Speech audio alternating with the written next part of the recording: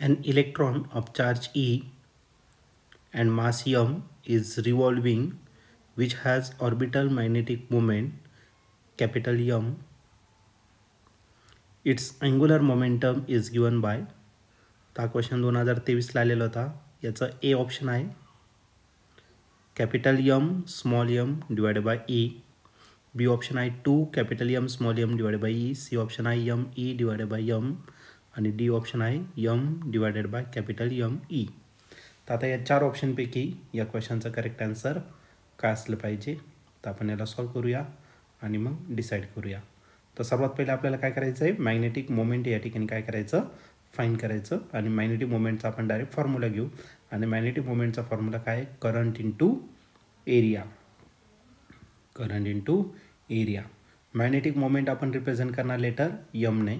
Current का असतो, it is rate of flow of charges. या ठिकाणी इलेक्ट्रॉन आहे तर इलेक्ट्रॉन. एरिया असेल पाय आर स्क्वेअर. आता टाईमच्या जागी आपण स्पीडचा फॉर्म्युला यूज करू. Distance upon okay. डिस्टन्स किती असेल सरकम्फरन्स इतकं, म्हणजे 2 पाय आर अपॉन व्ही करता येईल. ओके, त्याचा रिझन देऊन टाकतो pi R square. Pi R square त्याचा एरिया. तर टी कसा आला, तर स्पीडचा फॉर्म्युला काय, डिस्टन्स अपॉन टाईम. आणि टाईम किती दिलेलं आहे, टाईम डिस्टन्स किती येतं 2 पाय आर इतकं. Okay, time. मग टाईम टीच्या जागी घेतला आणि व्ही टीच्या जागी घेऊन टाकला, मग त्याच्यानुसार आलं. आता नेक्स्ट केसमध्ये आर सोबत आर कॅन्सल झाला, पाय सोबत पाय कॅन्सल झाला. मग आपलं यम जो रिमेनिंग राहणार आहे तो किती राहणार, ई व्ही आर. ओके, हा यम जो आहे मॅग्नेटिक मोमेंट तो कॅपिटल एम, सॉरी, मग आपण कॅपिटल एम घेऊन टाकू. मग आपला कॅपिटल एम जो आहे मॅग्नेटिक मोमेंट तो किती राहणार, E V R divided by 2. E V R divided by 2. याला आपण काय करू, इक्वेशन 1 कन्सिडर करू. E V R upon 2. Okay, याला आपण इक्वेशन 1 कन्सिडर करू. आता नेक्स्ट टर्म घ्यायचं आपल्याला अँग्युलर मोमेंटम. अँग्युलर मोमेंटम घेऊ. अँग्युलर मोमेंटम याचा फॉर्म्युला 2 आहे. एक आहे आय ओमेगा, दुसरा आहे एम व्ही आर. तर आपण दुसरावाला घेऊ M V R. Angular momentum is equal to I omega आणि एम व्ही आर. सध्या लिहून टाकू. पुढच्या केसमध्ये दोन्ही घेऊन एकच घेणार. मग L is equal to M V R. याला इक्वेशन 2 कन्सिडर करू. आता इक्वेशन 2ला इक्वेशन 1ने डिवाइड करू, कारण की आपल्याला अँग्युलर मोमेंटम फाईंड करायचं आहे. मग आता नेक्स्ट केसमध्ये डिवाइडिंग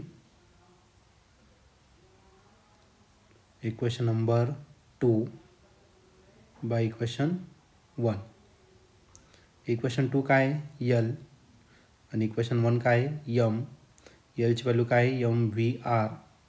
आणि यमची व्हॅल्यू काय, ई व्ही आर अपॉन 2. आता नेक्स्ट केसमध्ये व्ही सोबत व्ही काय झाला, कॅन्सल. आर सोबत आर काय झाला, कॅन्सल. मग 2 कुठं जाणार, वरती. ओके, मग L upon M is equal to 2m upon E. पण आपलं फक्त यलच फाईंड करायचा अँग्युलर मोमेंटम. मग कॅपिटल एमला इकडे मल्टिप्लाय करून घ्या. मग 2m small M capital M divided by E. हेच आपल्या क्वेश्चनचं फायनल आन्सर असेल. मग अँग्युलर मोमेंटम जो असेल, angular momentum is equal to 2 small M म्हणजे magnetic mass into capital M magnetic moment divided by E. हे त्याचा फायनल आन्सर असेल. आता या ठिकाणी आपण ऑप्शन बघूया. तर या ठिकाणी ऑप्शन जर बघितलं तर ऑप्शन नंबर बी जो आहे तो या ठिकाणी आपला करेक्टली मॅच होतो आहे. म्हणून या क्वेश्चनचं करेक्ट आन्सर ऑप्शन बी असेल. ऑप्शन बी म्हणजेच काय, angular momentum is equal to 2 capital M small M divided by E. हे त्याचं फायनल आन्सर असेल.